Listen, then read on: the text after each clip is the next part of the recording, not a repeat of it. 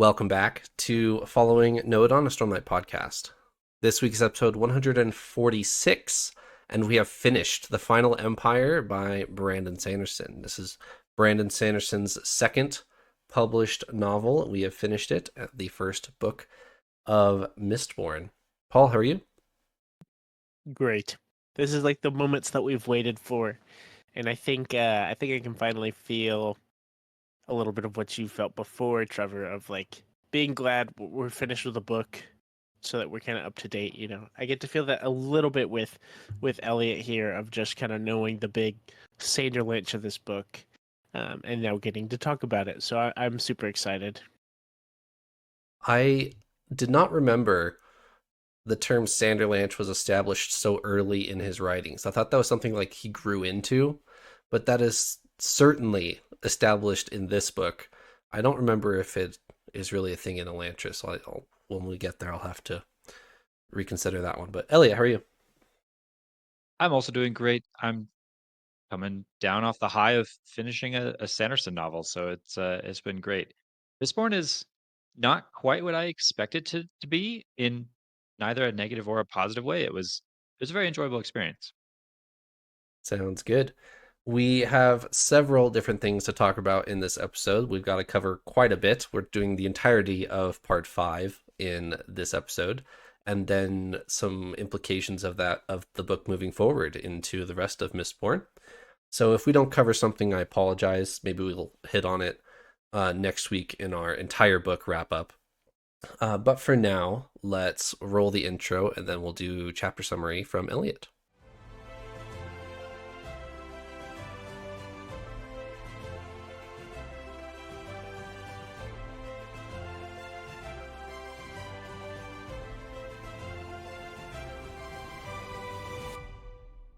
Hey, Paul, do we have anyone on the mug? Well, this week we don't actually have a new, what's our thing, surgeon or more, this week, but I think my camera got super fuzzy there. But we do want to shout out people for using our shop a little bit, because it's really exciting to see a lot of the merch go out, and just a lot of the things like that. I still currently only have the mouse pad, but I'm planning on getting some more stuff, and it's exciting.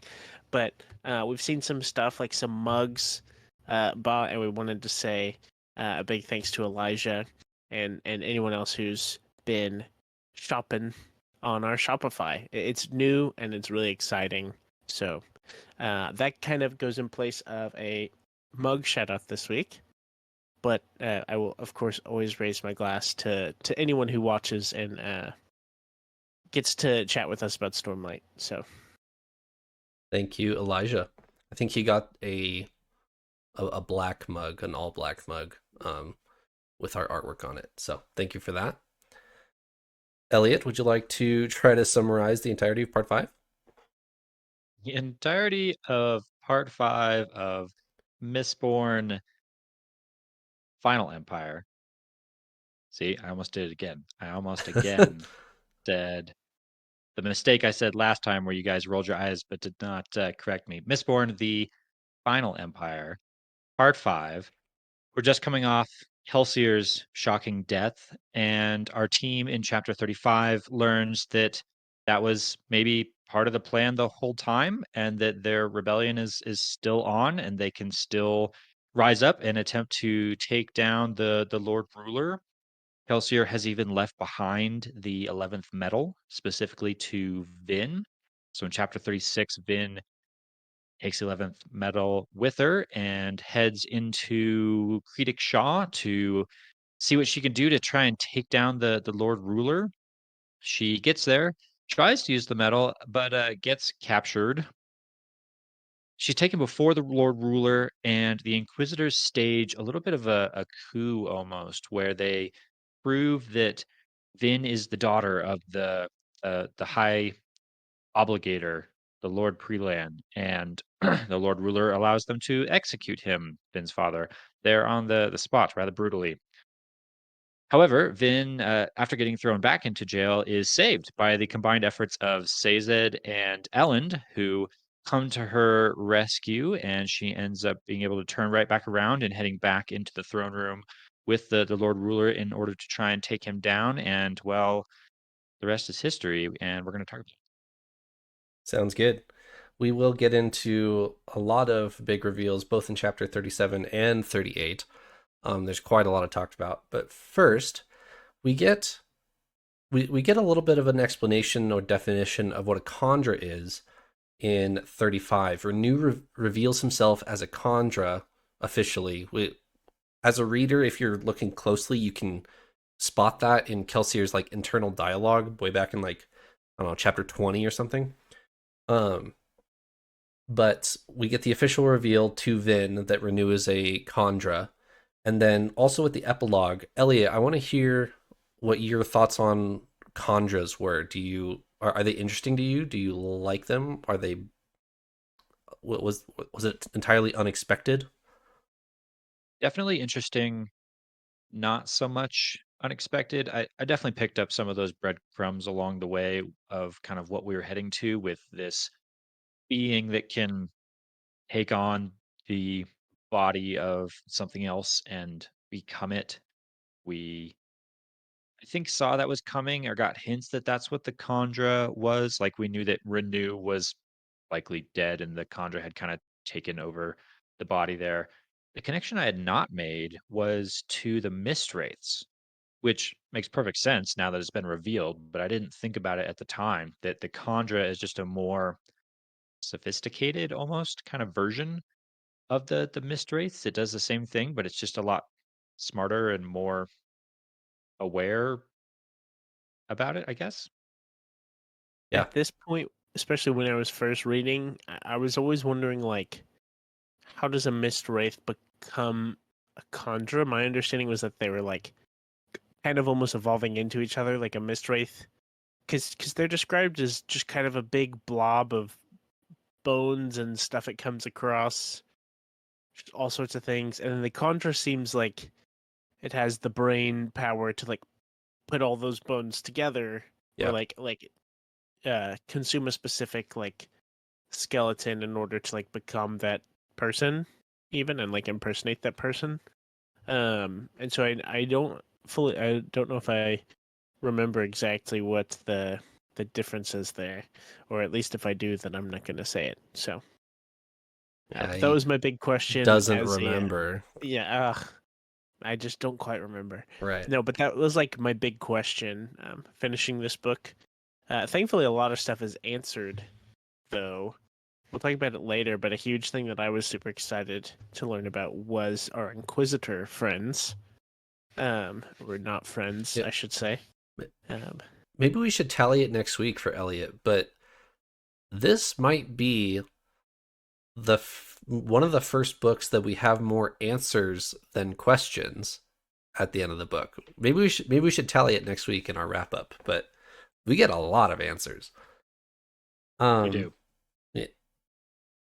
Anything else from 30? Actually, what did you guys think of Kelsier and how he set himself up to die here and to give like the ska like a religious martyr figure, because he deliberately does this and then has Renew devour Kelsier and then make like ghost appearances to the ska to call them to action throughout the night. So he'll show up to this like little ska rebel group and say, "It's time to go. I'm calling you to action, even though I died today." Blah blah blah. He does this whole like religious cult thing around the city. Eliot, what did you think of that? Did it? I I have a negative reaction to it, but is it like a necessary evil? Well, I have a generally positive attitude towards it in that it shows some serious dedication to his cause, that he's willing to die for it. He's willing to die for his friends. He's willing to die for an entire nation worth of people that have been oppressed for centuries. And he knows it. This puts his conversations with Sazed throughout the book into a very different context, doesn't Yes, it? yes, it does. There's all those moments where he and Sazed are having conversations about random religions, And this almost makes it look like Kelsier is wanting to use the power of religion, that he wants to, he's trying to figure out how do you motivate an entire people. And perhaps based on some of that research that he was doing, he came to the conclusion of, well, a great way to motivate an entire people group is to become a martyr, is to prove to them that your cause is worth so much that you're going to die for it. And then he does add on that bit of, yeah, then he has the Kandra like become him and then come back from the dead to inspire the people that he's left behind. Yeah, it gets a little weird in there. I have a little more thoughts, but Paul, what were some of yours? I'm I've I've been excited to talk about this a little bit. So, whether or not you like or dislike this, we'll talk about that in a second.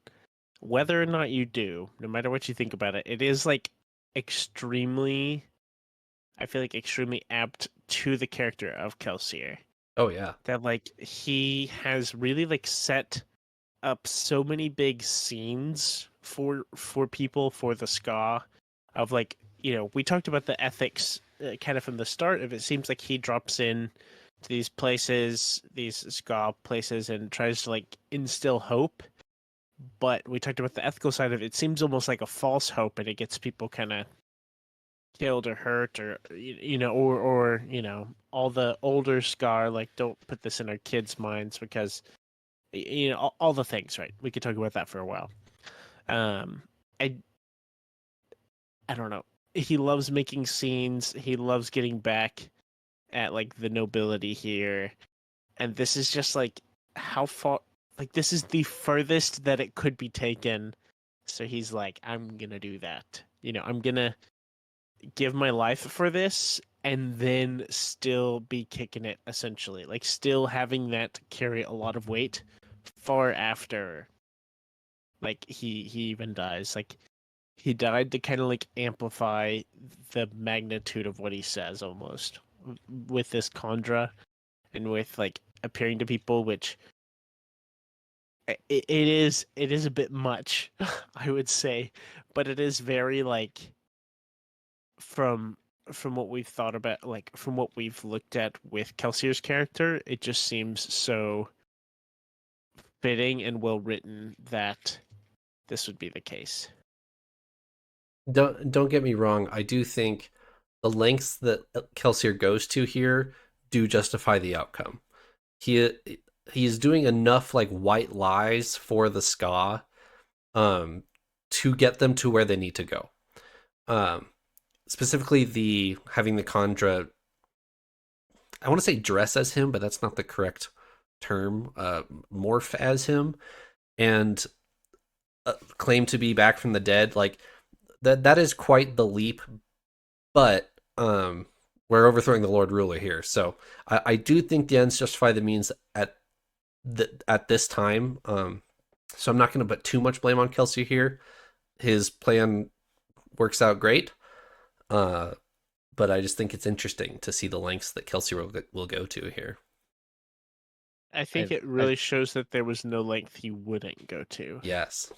I yeah, think it's like kind true. of the what's the term for it? The like nail in the coffin, if you will. Like the final say, like he would stop at nothing. I do have two beefs with this. One in story and one kind of on the writing of this. The first is exactly that that you're getting on, Trevor, and Paul, that you're mentioning too, is Helsier is leaning very heavily into the religious aspect of the culture, Yeah. specifically using it to achieve his ends, which, while I don't want to directly compare it to the Lord Ruler, it is, in my mind, kind of in the same territory as the Lord Ruler setting himself up as God and using that as like the manipulation of the people of you should serve me because I'm God. Kelsier, he's not quite going about it. He's not going about it in a malicious way like that, but he is kind of saying hey, look, I just died for the cause and came back for the dead. You should fight for me. I don't know. It's a gray area for sure. He's good at those. The yes, yes. What did we talk about before? He's the neutral good? No, chaotic Chaotic. neutral. Chaotic good. I think you Or called him chaotic chaotic neutral, and neutral. Yeah. Chaotic neutral, I think. specifically didn't give him Yeah. chaotic good. Yes. Yes. I think he's still firmly in that category. My second beef, and it's a bigger one, not not a huge fan of something that Brandon Sanderson did here. We got a big twist in our plot, and that was surprise, Kelsier intended to die to inspire this cause. The beef I have with that, what I don't like, is that we as a reader have spent time inside Kelsier's head. We have read fairly significant sections of this book from Kelsier's perspective.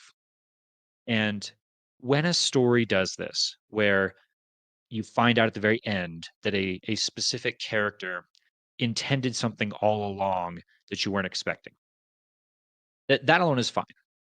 What I don't like is that we were inside Kelsier's head and never once got a hint of that.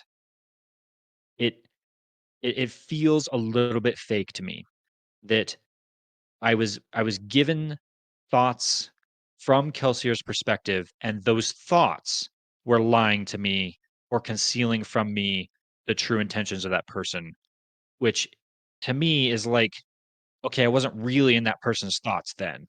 I was just getting what the author wanted me to know, not what the character actually would have been thinking in that moment. Unless Kelsier is like that mentally disciplined and that he's not even thinking about his plan because he's trying to hide it from everyone. I if maybe it's a little bit too far and maybe I should just buy into it a little bit more, but it bothers me a little bit that I feel like the twist, I don't know. I didn't quite buy it completely. So I don't think this is actually like intended to be a point, but this could be a quote like a backup plan for like whenever he dies that he has set up, and like whenever he dies this goes into motion, if that makes sense.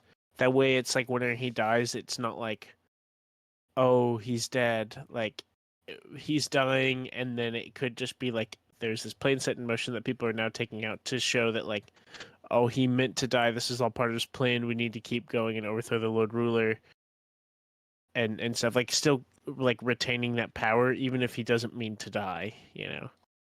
If I which I don't think the writing is that deep, but you know, like I wanted to go ahead, finish your thought. there's not too much left to it other than like the whole point of Kelsier, I feel like, is to be seen one kind of, I mean, not his sole motivation, but like for him to be seen as strong in order to like inspire hope in the Ska to overthrow the final empire here. And I feel like Yeah. him dying, whether or not is intentional, he has like he it makes sense for him to kind of leave some message like that, or this, not really message, this whole scheme to use that death not to discourage the people and for them to lose hope, but for them to like push even harder forward.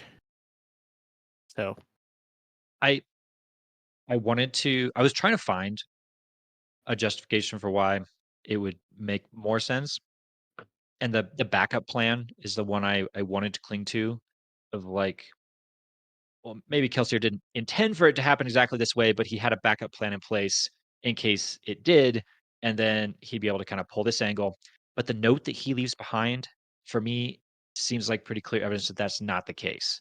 He, I mean, I guess you could read it different ways, but leaving behind a very specific note with very specific instructions, with the 11th metal specifically in the note for Vin, seems to lean towards he intended to die, which I'm only bothered by because I was in Kelsier's head and his thoughts didn't betray him. I'm fine with the plan. The plan is fine. It's very Kelsier. It makes sense. It's consistent with the work. I just don't like that I was lied to by Kelsier's thoughts. That's fair. I think that's really interesting because That is like, yeah. one of my main takeaways as a rereader was being inside Kelsier's head and seeing how this played up to him dying, because there are several. I would encourage you to go reread some passages, specifically when they're in the recruiting army phase of Kelsier internal dialogue, because he has a lot of like one-liners saying like, I need to train this person to do this because I won't be here for it, or I Okay. I need to make sure this happens because I won't be here, or the day is soon coming where you're gonna have to do this by yourself.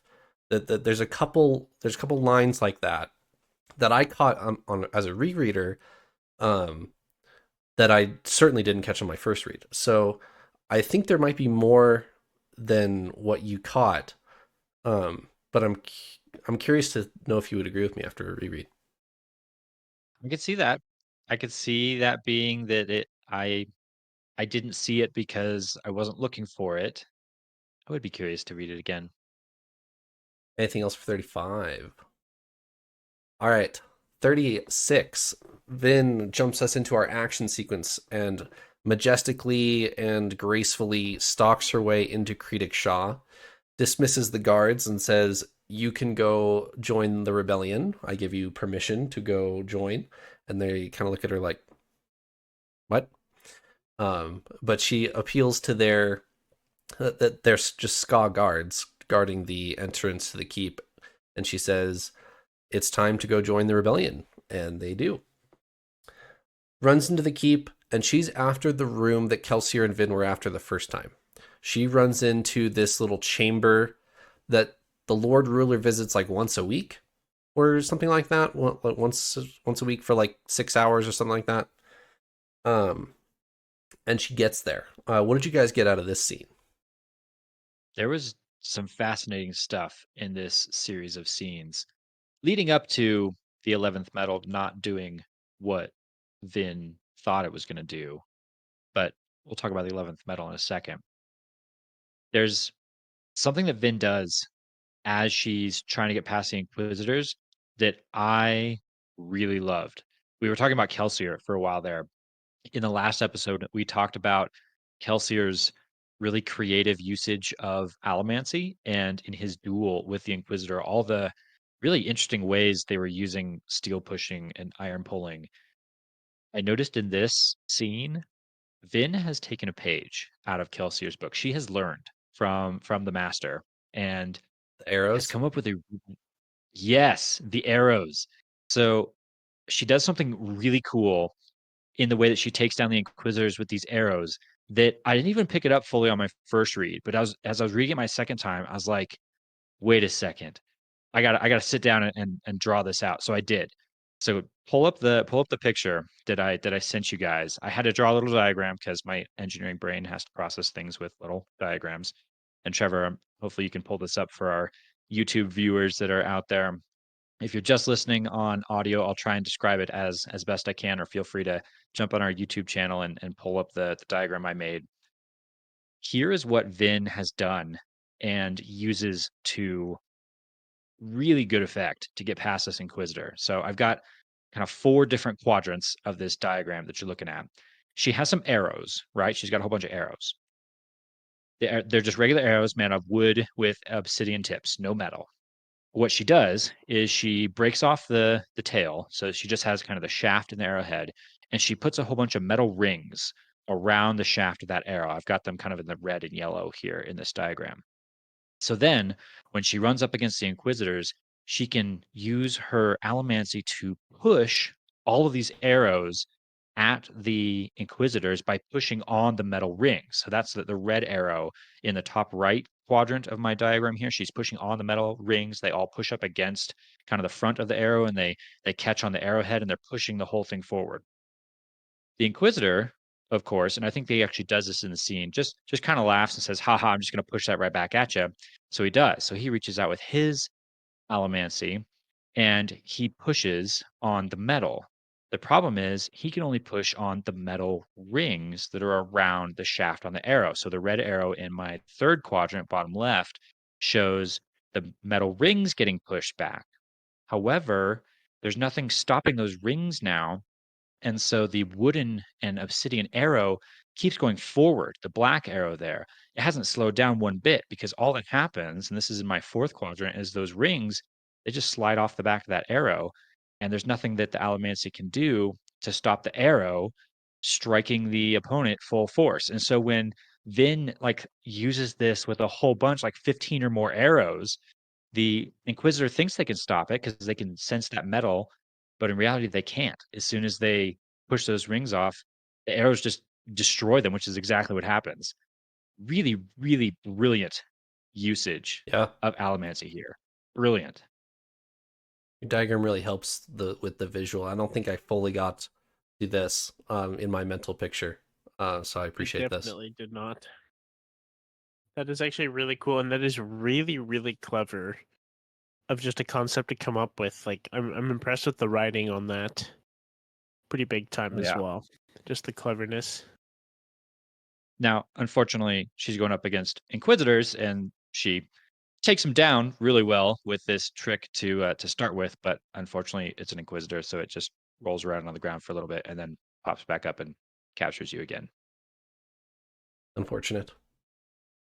There's a couple interesting things about this scene that I want to point out. When she bursts into the Lord Ruler's room, the Lord Ruler's actually in here, and she doesn't recognize him as such because he's in old form, which we'll talk about later when we get to 38 and talk about Lord Ruler in full. But she bursts into the room, and this is the first scene like where I imagine it being very Earth like.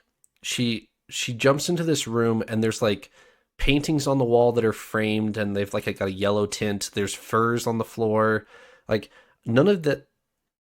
Scadrial feels more Earth-like than other planets that we visited in the Cosmere, but this is the first scene that I've really stopped and thought like, oh, I could picture this in a mansion on Earth. Like that, this is just somebody's study on Earth, which I think is deliberate from Mr. Sanderson here because you're supposed to like feel a tangible connection to like old Lord Ruler. Like he was just a guy. And he has his belongings here in this room that only he goes in. So I just wanted to point that out that there's some very Earth-like descriptions in this room that I hadn't heard in this book yet. It definitely seemed like a very cozy spot. Like he's probably got some leather bounds on the bookshelf in the corner. He's got a nice cozy chair, and he just comes and just like reads for a few hours every, once a week to recharge and just I don't know, put aside the weariness of the world. Be old for I a need one of bit. these rooms. Yeah, just be old. Vin gets captured, which I'll revisit this with a quote here in a second. But she gets captured, gets taken to um the throne room. Is that in 36 or 37 that she gets taken to the throne room and Lord Prelin is executed? The Lord Ruler is so good at allomancy that he is so finely attuned to emotional allomancy that he knows when people are lying. So Vin lies to him and says, I don't know who my father is. And then Lord Prelin also lies and says, I don't have any offspring. Um, as far as the Lord Ruler is concerned, that's enough evidence. Lord Prelin dies. That's how 36 ends. There is one other thing that's kind of neat, right? So it's right before that is they have Vin burn a different metal that They, like removes all of her metal reservoirs they do. that I she want has. I want to talk about that here in a second. If can I read my quote real quick? Yes, yes, yes, of course. Okay, this is not in the book, but this is an annotation from Brandon Sanderson. This was released in May of 2007, which is 6 months after the book was published, 6 months before The Well of Ascension was published. Okay?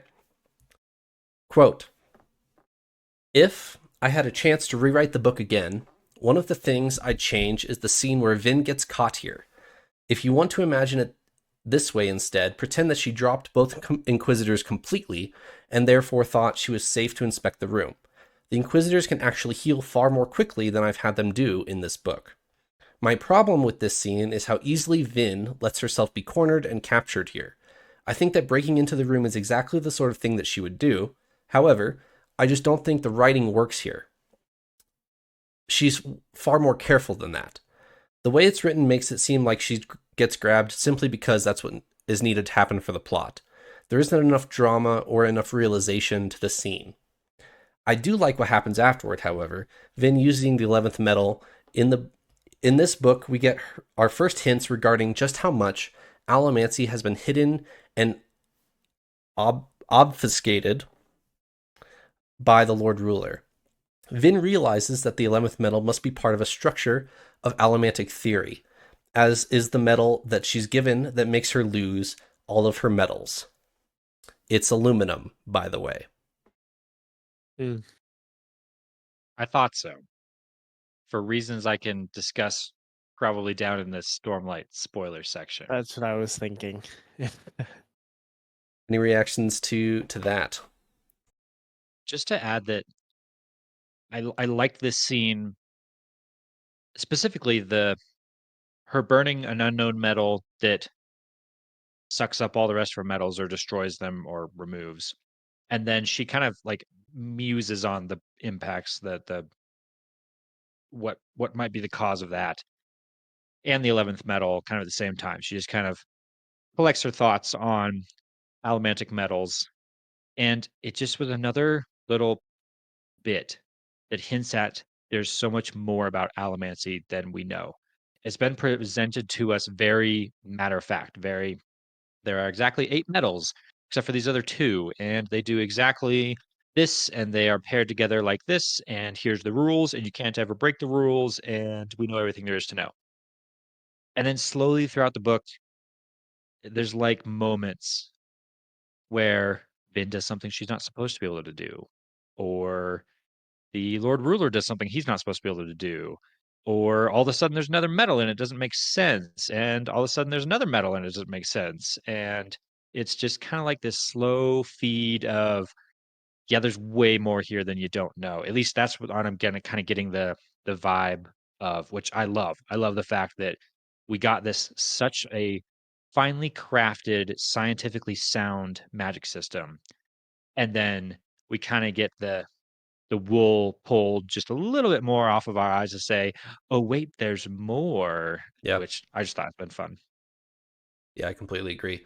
I think specifically the one that jumps out to me is Kelsier burning allomancy to destroy atium. I think there may be a explanation coming. I kind of Mm. got on that for like the mechanics and how that was kind of frustrating.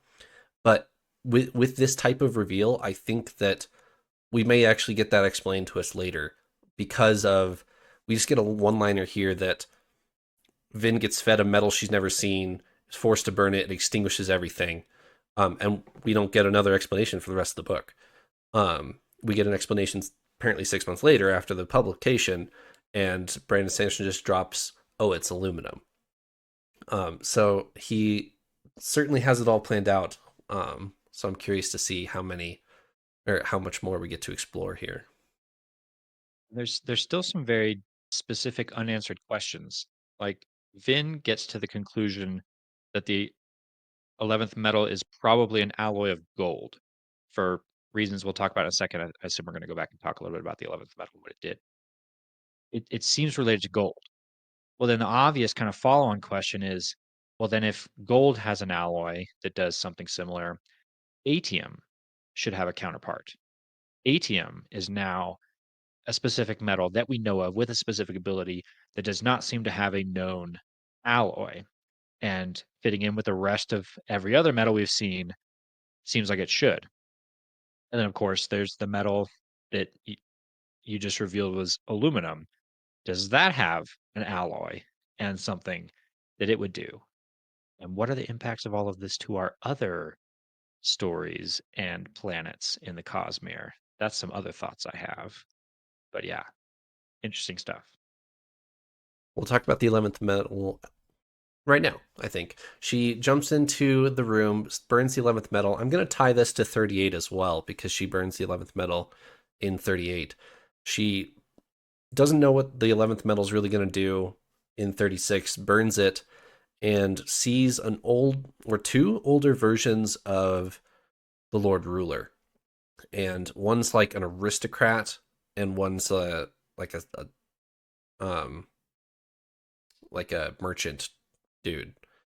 And she's very confused by it in 36, but then after thinking about it further in 38, she tries to use it as a weapon. She burns the 11th metal and then attacks this like alternate version of the Lord Ruler. Turns out it does nothing, and she can't even interact with it like she could with her own double with gold. Um, so yeah, turns out Kelsier was pretty much right that the 11th metal doesn't really do anything super useful. It's not like the anti Lord Ruler metal. Um, so I don't know. It's one of those reveals that doesn't really turn into anything super um, impactful, but I think that's a good thing because if everything was like super impactful, then you lose your contrast of things that are really impactful to the story and things that aren't. So I do think it's interesting that we've had this whole build up of something that didn't actually turn out to be much. I felt it was a little more exciting than that. The 11th metal doesn't end up being the silver bullet that they thought it was going to be, but it does end up being the piece of the puzzle that allows Vin to get to the right conclusion, which directly contributes to her being able to defeat the Lord Ruler. Yeah, that's true. It's it's through the 11th metal that she realizes that the image of the past is either a past version of the person or an alternate version of the person. I wasn't quite sure which. Mm-hmm.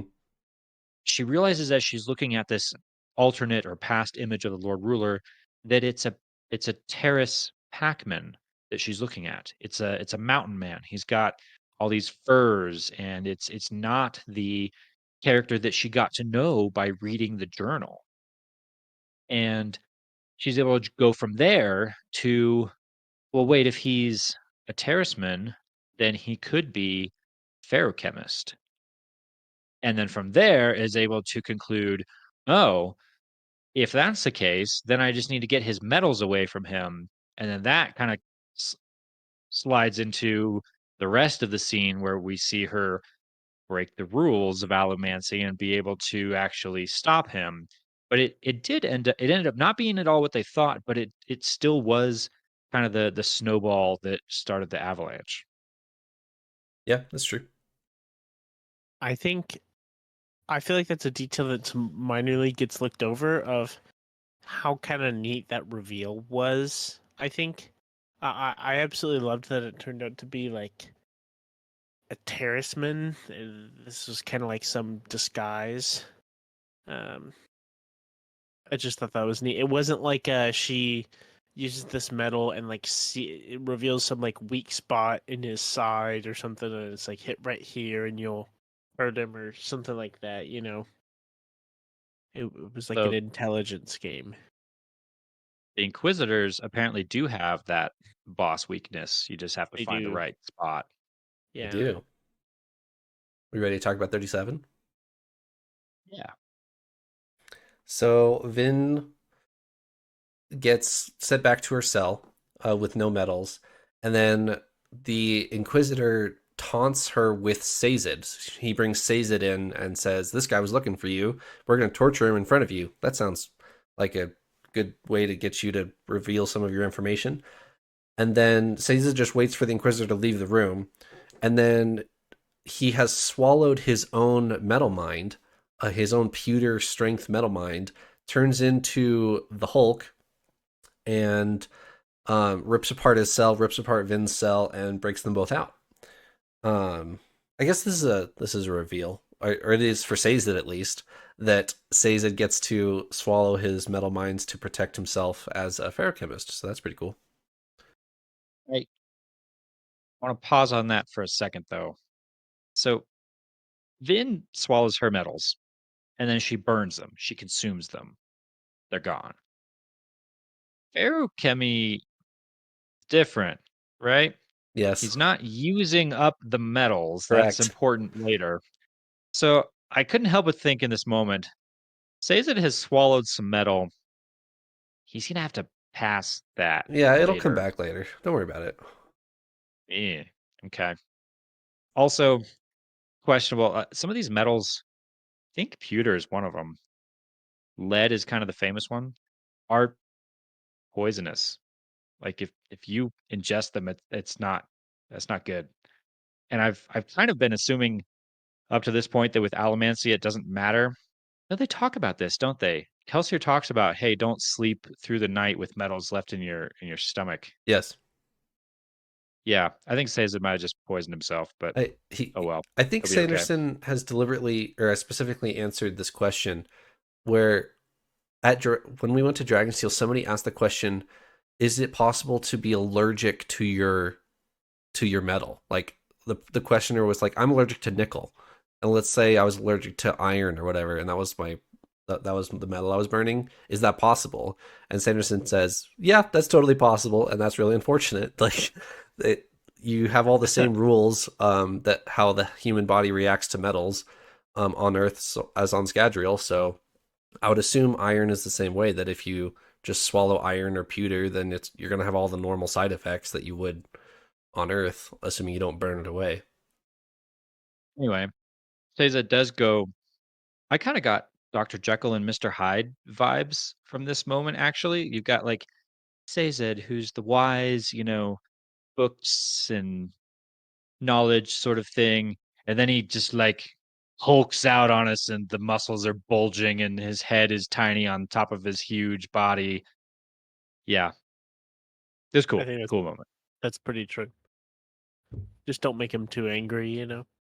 I True. guess. Who else shows Elend up? also runs in There you go. to the uh to the rescue, which I think is kind of funny.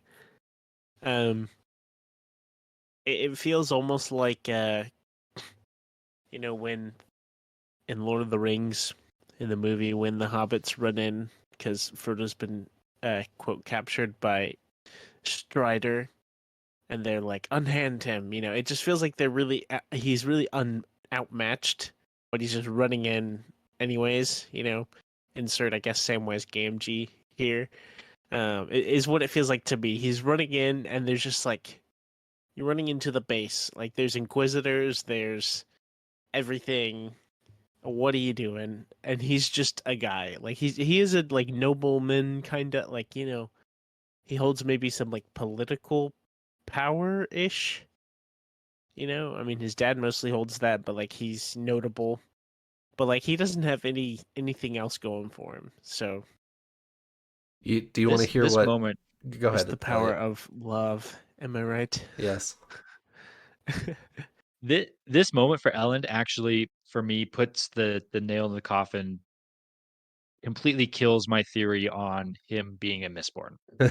He and this was the explanation we got from like Kelsey or somebody like, we've seen him in, you know, dangerous situations before and he didn't use any allomancy, so he's not a Mistborn.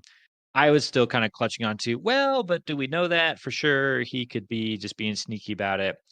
Yeah, this was the moment. If he was a Mistborn, he would have used it. And instead, he did exactly what you're describing, Paul. He charged, not quite unarmed, but basically unarmed when you're talking about Inquisitors and things like that, into the enemy's keep. He clearly does not have any magical powers.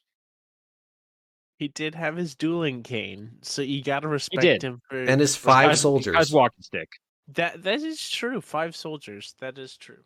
Bring it on. There's a quick Brandon Sanderson annotation here about Elend, which I think is funny. I won't read the whole thing, but it starts with, "We get a quick Elend scene here. This is the best I could do for him for a climax for his character, since he really doesn't have much of a part at the end of this book."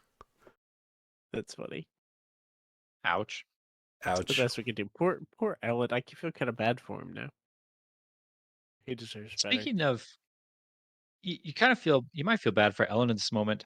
There's actually another character in this moment that I feel bad for, and it's Sazed, because Sazed has just saved Vin, right? he got her out of the room. He deflates, I think is the wording that they use. He Yes. runs out of power. And the guards are there. They're going to recapture him. And that's when Ellen comes charging in to save the day.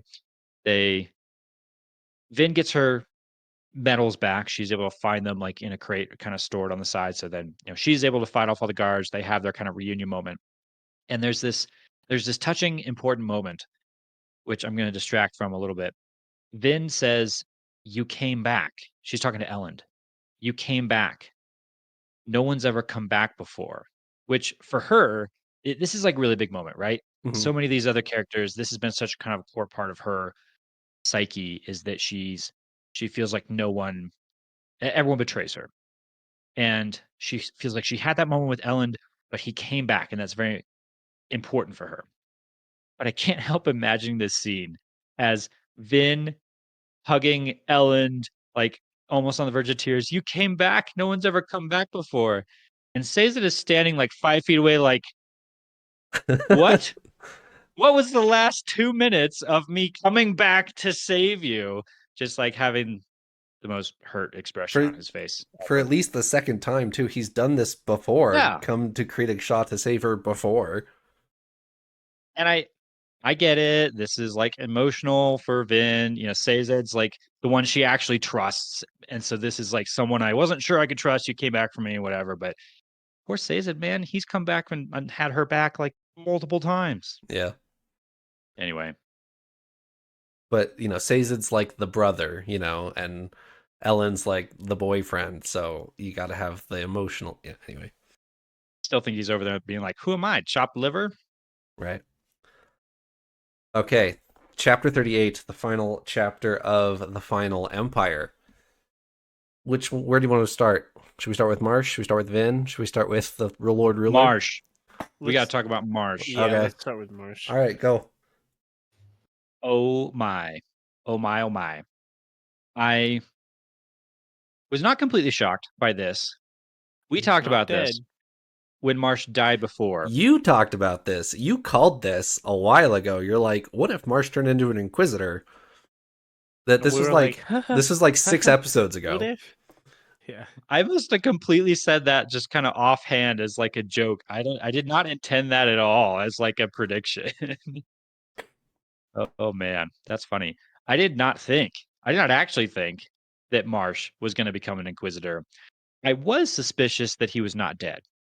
I his death before was very much an off-screen death that I wasn't quite sold on. But I was expecting him to come back like at the end after we defeated him, and and surprise, Marsh is still alive. Something not too pivotal. Oh no, he not only comes back, he saves the day. He is an Inquisitor. Probably something else important there, but I don't remember what it is. He learns the mechanics of how Inquisitors work is the important part. He he figures out exactly how Inquisitors works, uses it to destroy Yep. all of them. Which I gotta say, up until the chapter before this, I was thinking, Kelsier. Clearly, he's the MVP here. Plans everything out, carries the day. What will we do without Kelsier? After this, very convinced it's Marsh. Marsh gets the MVP award for this for sure. Kelsier spends the entire book and just barely kills one Inquisitor. Marsh is just like, "Oh yeah, I just left them all out in a pile in the hall. It's fine. They're all dead. I got this." And he kind of did the if you can't beat him, join him route, Yeah, Right. where apparently. Kelsey was still trying to beat him, and it worked out well for him, I guess, here. So One of my one of my favorite lines is in the epilogue. Vin like disconcertingly looks at Marsh and says, "Does that hurt? Do those spikes through your head hurt?" And Marsh is like, "Yes, they hurt a lot." The, the mechanics themselves are actually quite interesting. So, and we get some good explanations of this.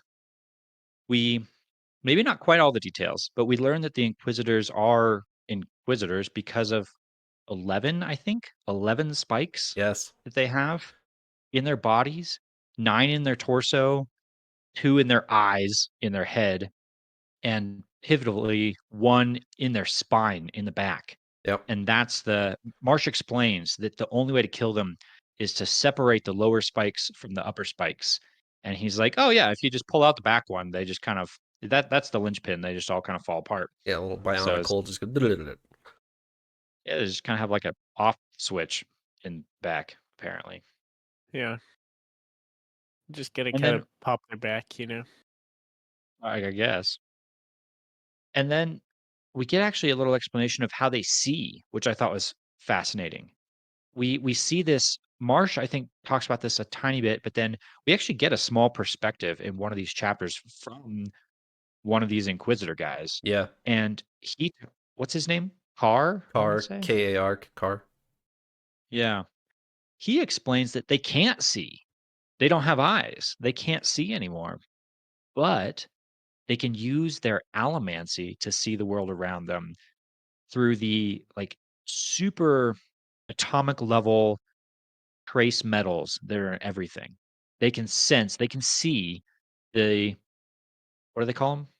Iron lines, metal lines, something like that. Yeah, something like that. There's a term for it. They can see like all of those little specks in everything, and so they can use that to kind of draw a picture in their mind of the world around them, which I thought was fascinating, really interesting. Also, side note, if you could find a way to somehow remove all trace metals from your body, you could go stealth mode Against to an Inquisitors? Inquisitor. Yeah. They wouldn't be able to see you. That'd be really, really hard to do, but That's maybe. true. I was thinking of if you could like push on those trace metals or something like that. Yeah. I just had a random thought, but it's probably more of a tangent than anything. But the more I think about it, the more I think that this Inquisitor really should have been able to see um Sazed's metal in his stomach. Like Yeah. they'd just be a little confused. They'd be like, I mean, not Do you actually, intend to the eat that? Inquisitors, they're pretty Yeah. ruthless, but they're just like, uh, okay, well, I guess they just assume he's there's not. the sharpest tool in the shed, you know? Yeah. I don't know. Maybe there's an explanation for that, but I won't go into that too much. Okay, I have to start the discussion about the Lord Ruler with an apology. I didn't remember the mechanics of the Lord Ruler, and so a couple episodes ago, I verbally said out loud, I wonder if the Lord Ruler's a ferrochemist. So if I unintentionally spoiled that for anybody who is first reading, I apologize. But I genuinely didn't remember that. And reading this chapter, I was like, oh, oh yeah, that's what I do, happens. I do remember you saying that, Trevor, and I 100% thought I was like, oh, this is one of his clever little red herrings. Like, what if this? And we're like, that could never happen. And then No, we move along. that one was an accident. If I threw that one out there and somebody was spoiled because they assumed I was intentionally spoiling it, I apologize.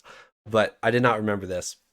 So this was an interesting one. Eliot, what was your genuine reactions as opposed to my unfortunate memory reactions? I didn't feel I felt the bigger surprise, the bigger reveal was that the Lord Ruler was not the person we thought he was. That we kind of already talked about. That Vin discovers that he was actually the Rashik. what's his name? Yeah, Rashik. Rash. That was the surprise. The fact that he was a fair chemist, I did not expect that to be the case, but we kind of we had a lot of clues. We had been discovering allomancy as we went, and we've been discovering feruchemy as we've gone. That's something we probably, if we'd sat down and thought about it hard enough, could have come to that conclusion. But fascinating combination of the two magical systems.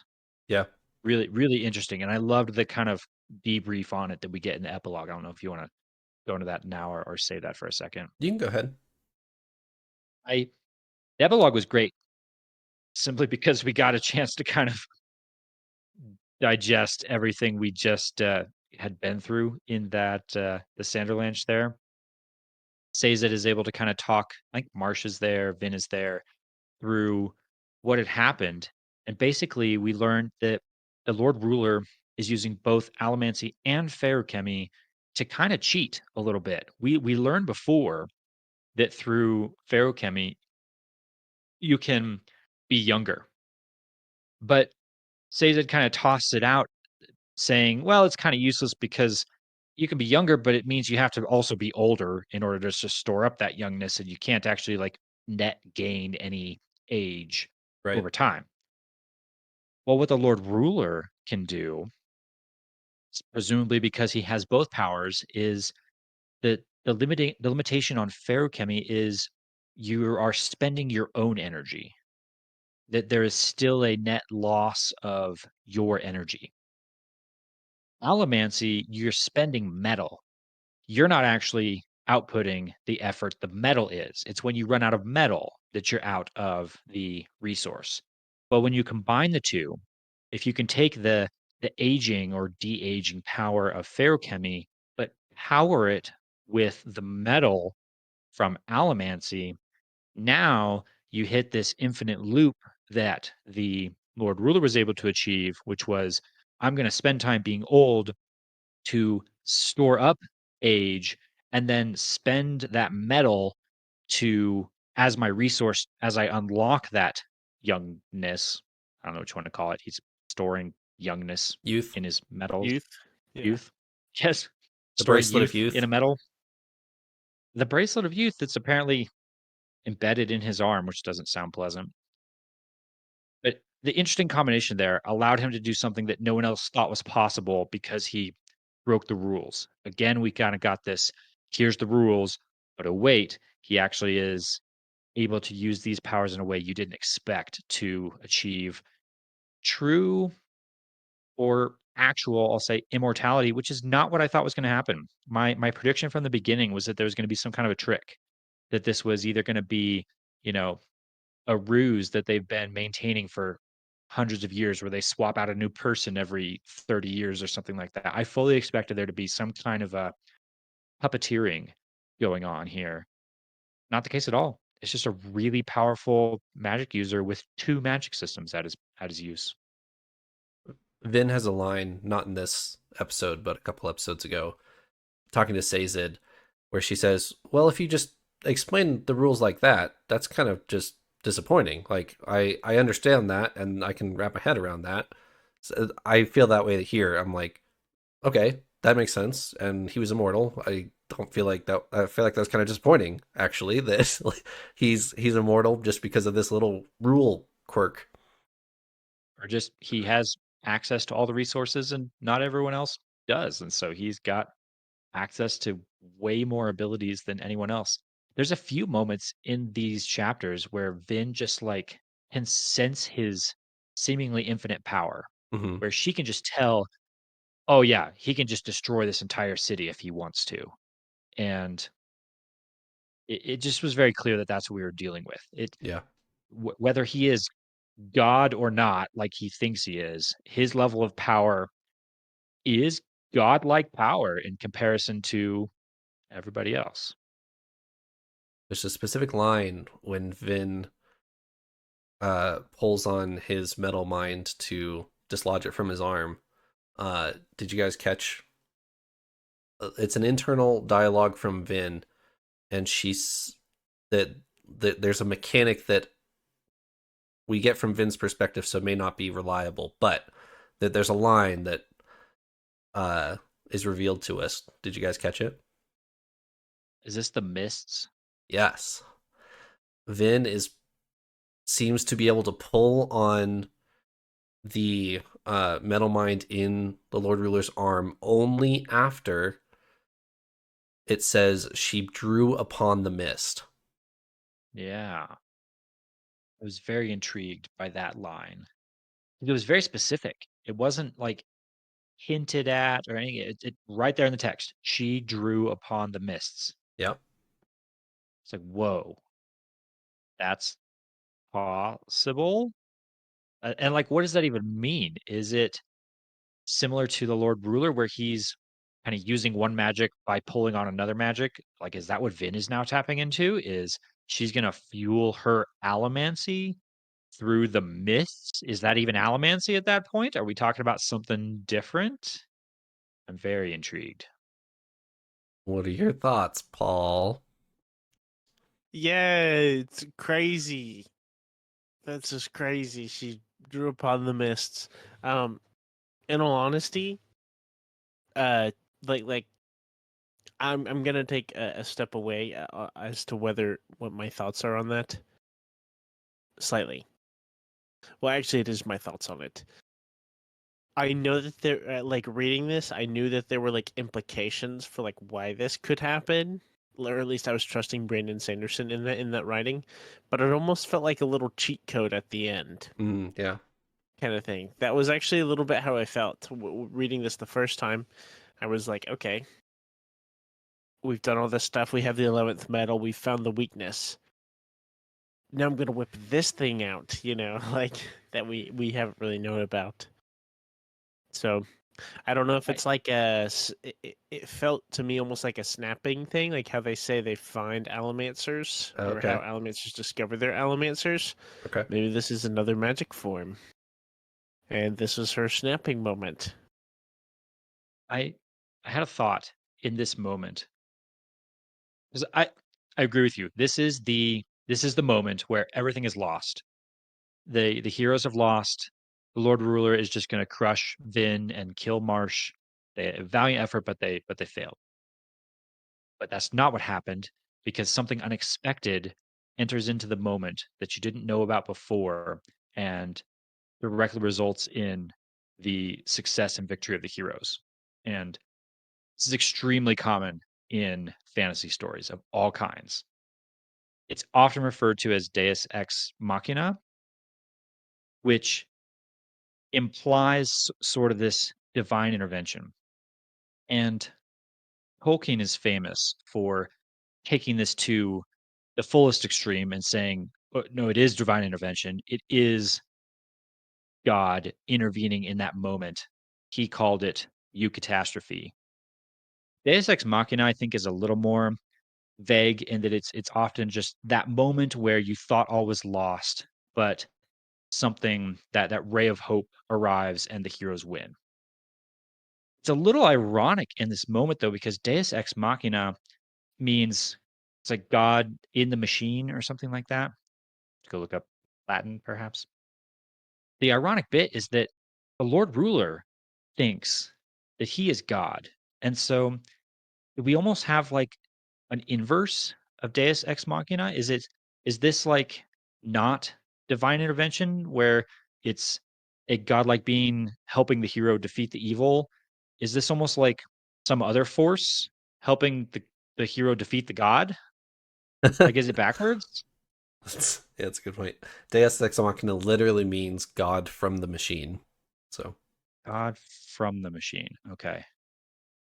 Yeah. So I'm curious where's the god? I've got my air quotes going here. Where's the god in this scene? Is it the Lord Ruler? Is it the mists? is it Is Vin? it Is it Marsh? maybe?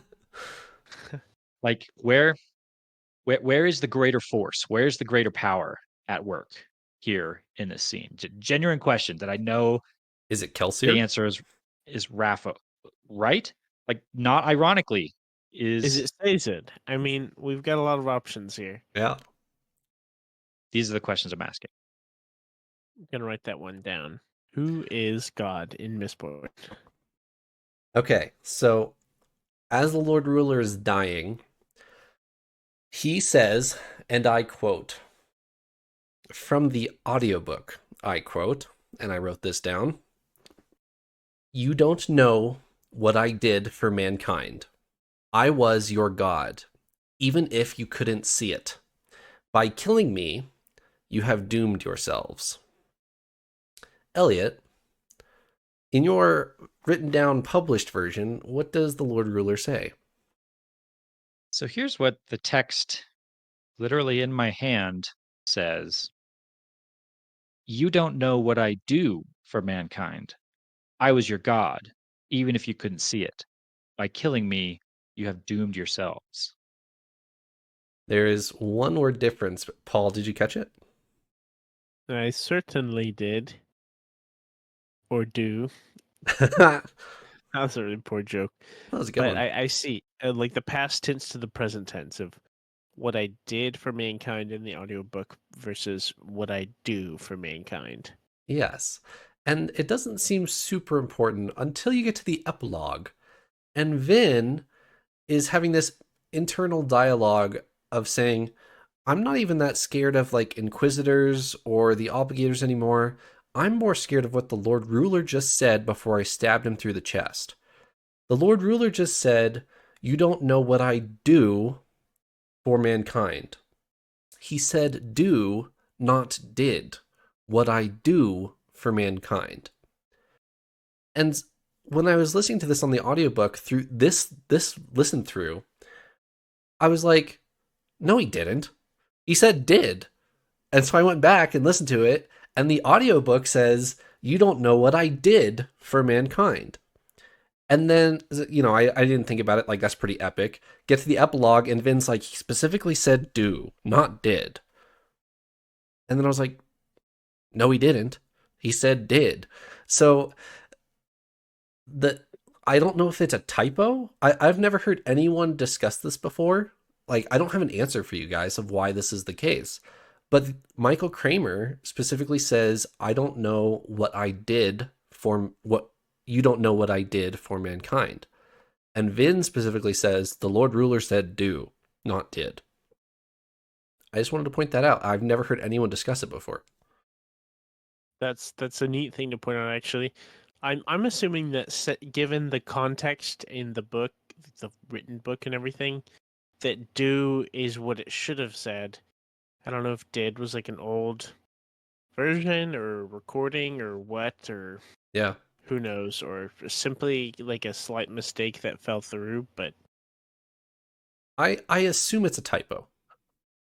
Is this I have a more recent edition of the text. I wonder what some of the early written editions say. Yeah. If this was something that was in like a typo in the original manuscript, and that's what got, used for the audiobook, and that Right. it was corrected later in the process or something like that, or with later editions. It just it's got me scratching my head because it's like a pivotal part of the end of the book here. Yeah. Vin is trying to dissect, what just happened here, and she's, breaking it down to the grammar of what he said, and there's a typo in the grammar that we're trying to trying to figure out here. Yeah. I wonder if Michael Kramer's copy literally said do and he just said did accidentally and nobody caught it. But Maybe. it is really funny that there's literally one word that she's brewing over in the epilogue and it's incorrect in the audiobook. And the story implications of this are big, which is what Vin is thinking about, which is the Lord Ruler seems to be implying that he's actively doing something to protect or save or enable the existence of mankind. Yeah. And a term we haven't really gotten any explanation of is the deepness. Yes. You talked about the fact that we've gotten a lot of answers, and we have. One of the answers we did not get is the deepness. And that's been very tied into this whole the hero of ages acquires the power and defeats the deepness. But did he? Or is it something he has to actively do every few months? Like it comes back and he goes and stuffs it back down in its hole? Or I I'm equally worried as Vin is here. I We may have defeated the evil only to unleash the other bigger evil. Yes. Maybe. Perhaps. Anything else before we get into our theme for part 5? Just a real quick note because I'm actually going to come back to this in our like full book retrospective episode. I wanted to point out that it was extremely clear in these chapters that we are dealing with a fairly pure version of evil. And when I Oh, say okay, yeah. that, I mean there's there's no ifs, ands, or buts in these last few chapters that Inquisitors are evil. It is undeniably clear they enjoy torture for the sake of watching other people suffer. Yeah. There was no kind of ploy of but they're just misunderstood. They're trying to do the right thing for the people. Like, no. They're just evil. They're just plain old evil, which I want to talk about in our retrospective a little bit because it's a fairly non-complex version of villainy, which we can talk about whether you guys agree with that or not, maybe in that episode. But I just thought it was interesting that it was that straightforward. And I can bring this up more next week, but what you're what you're talking about there is absolutely true. The Inquisitors, I'm not sure if it's true of the Lord Ruler. There may be a couple lines that are trying to throw a seed of doubt on what the Lord Ruler is doing, but that's not the case for the Inquisitors. I agree with you. Yeah. Yeah, we'll have to talk about it. Elliot, do you have a theme for part 5 specifically? Yeah, I do. Part 5 felt very rushed. It was basically the entirety of the Sander Lanch, so I read almost the whole thing in one sitting, and it was uh, pretty exciting. Not too long. The theme I pulled out of it was mainly tied into everything we've talked about with Kelsier, and the word I would bring it all down to is faith. We've talked about the religious themes or tones in this story, and there's a lot of them. We can dissect them a little more in our final episode. But faith seemed like a pretty pivotal part of this last segment of the book where we see the fruition of Kelsier's faith in all of his team members. Yeah. He's believed in them from day one. And he's cashed in all of that by saying, I believe in you so much. I'm going to die for this cause because I believe in you to carry it across the finish line. Like, wow, you cannot have more faith in someone than that. Impressive. And then Sazed has a quote about faith in this last section that I got to read. I got to say I called it. I knew that this guy was going to be quotable. He does have You did a lot of call it. good ones. This is one of them particularly. Sazed shook his head, walking over to stand beside her. Belief isn't simply a thing for fair times and bright days. I think.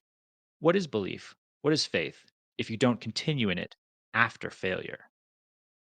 I really like that description of faith and really tying that continuing on even when it seems like you failed definition to faith.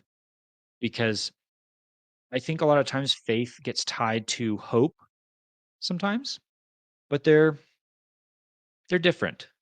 They're different, and that definition from Says It, I think, kinda helps shed some light on maybe the faith side and in differentiation from the hope side of things. I thought it was really good. Yeah, I agree. All right. If you've not read Stormlight fairly well, we will see the next week for our Final Empire final episode.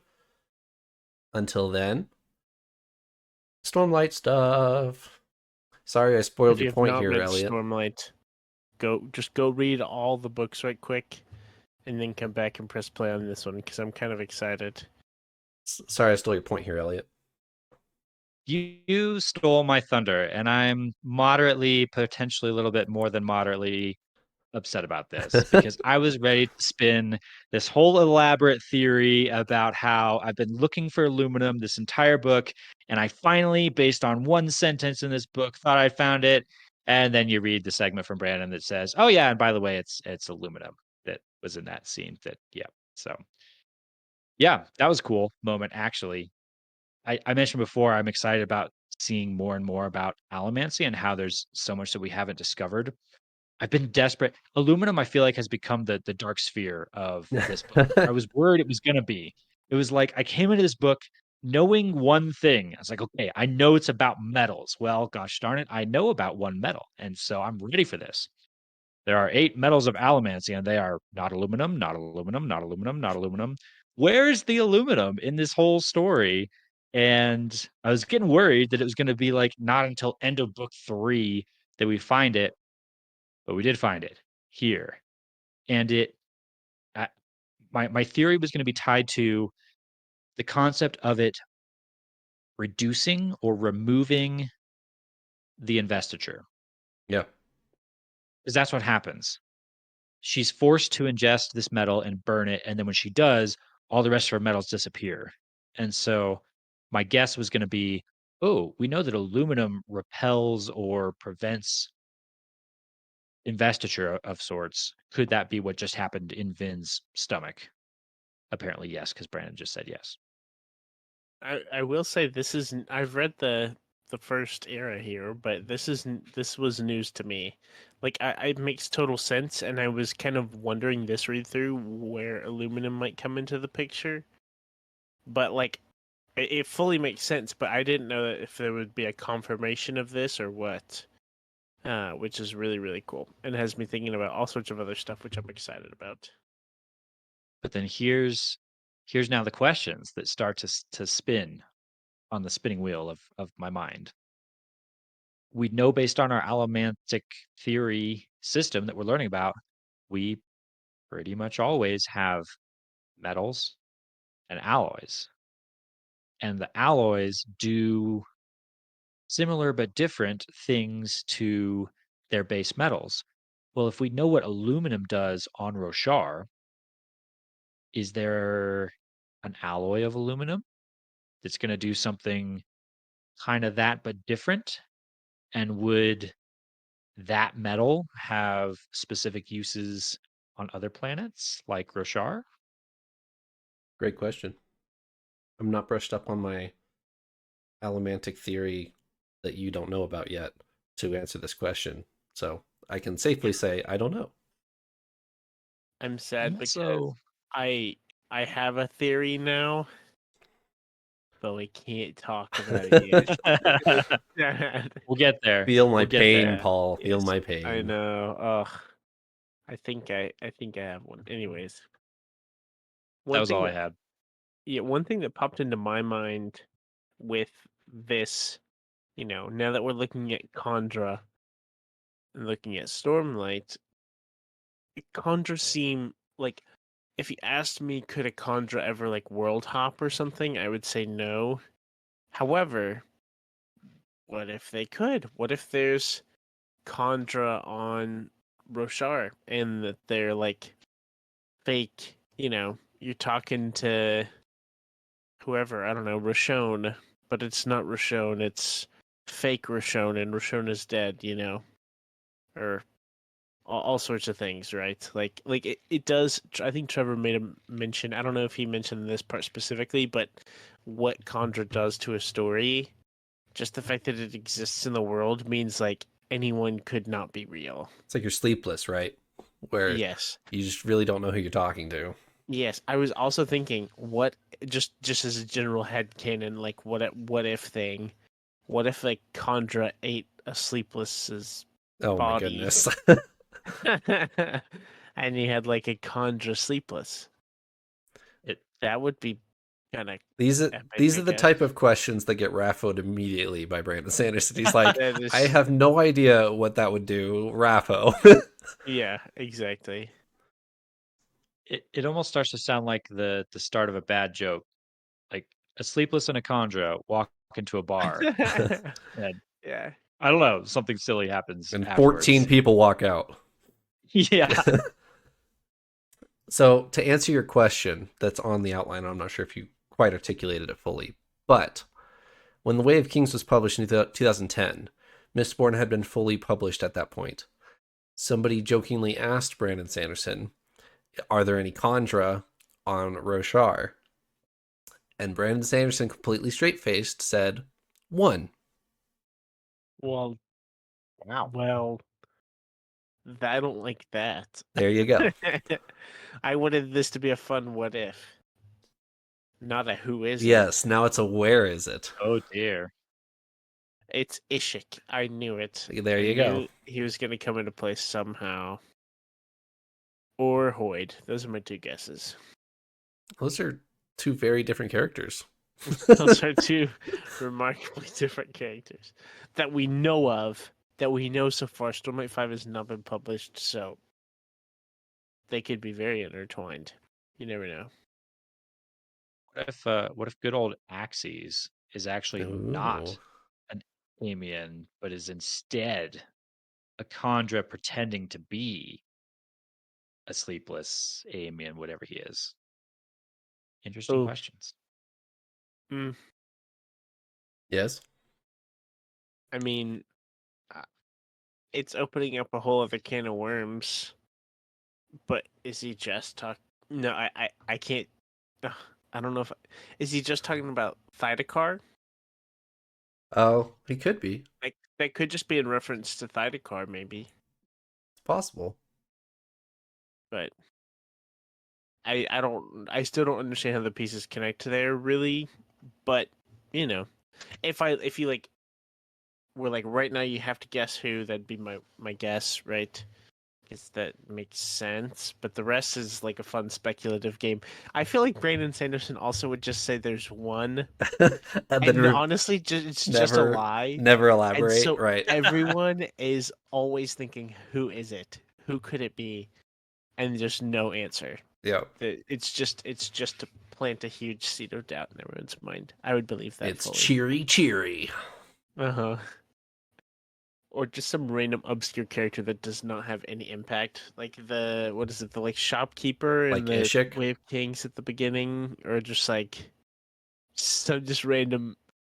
It was like one of the characters who died to Yasna in the alleyway. Just like something really like little, Anyways.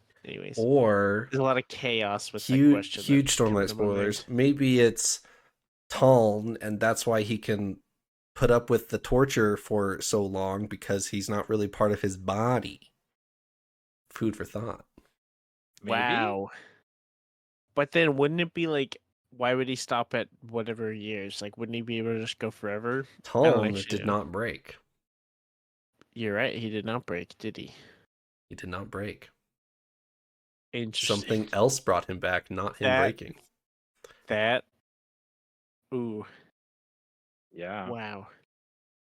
I kind of like that one. That That's kind of that just crazy. came to me. I didn't. That was Uh-huh. not planned. Okay.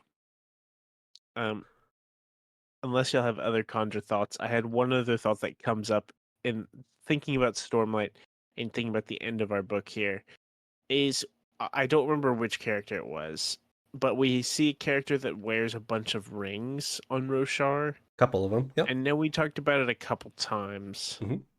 There was like one notable character, wasn't it? Was he a member of the Ghost Bloods, or am I thinking of someone else? So we I remember have someone talking to Lift, I think. Lift. I could be Oh, wrong. yeah. So we have Exindweth, who gives the Void Sphere to Eshavenli. Mhm. And suspect number 2 is the Ardent dude who dies in Urithiru, who has the AVR with him. I think I'm thinking of the one with the AVR. Maraise is hunting him for some reason we never get explained. Yeah, Has an AVR with him, has a bunch of metal on him. yeah. And anyways, just thinking about the Lord Ruler in this episode, it just throughout the whole book, like with all of his rings and all of his stuff, I was like, that could be the case with like characters we've seen, and just never thought to notice that. Right. Right, like a bunch of rings, a bunch of jewelry, like potentially being a ferochemist. I don't think we've really seen any ferochemy. We had the whole big talk of what if Teravangian is somehow using some ferochemy we don't know about. We did But go down that rabbit anyways, hole. that's a big rabbit hole. But you know, we've seen a lot of rings, so in my head, it's very possible. It also seems like a very transportable way. Like we talked about, Stormlight is like really hard to get off of Roshar, I guess, I feel like a metal mind would not be too hard to take with you. Assuming it works off planet, which is a question that's very unclear in my mind. Because I'm so tied to the Roshar system, where I'm kind of expecting magic to not work off of the planet that you're on. So I don't know that they're like physical, but we know at the end of Rhythm of War, a certain no wait, was it the end of Rhythm? It was the end of Yes. Rhythm of War, right? Yeah, Void. that yes loses a lot of his like memory. Mm-hmm. Yeah.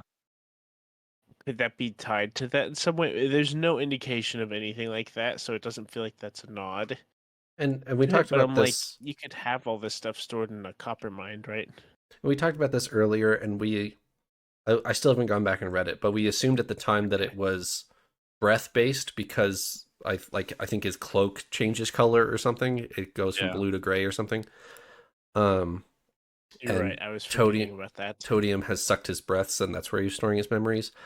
But also at the beginning of Rhythm of War, Zyle is quite clearly using breaths in a spar against Kaladin. So we know that breaths work on Roshar.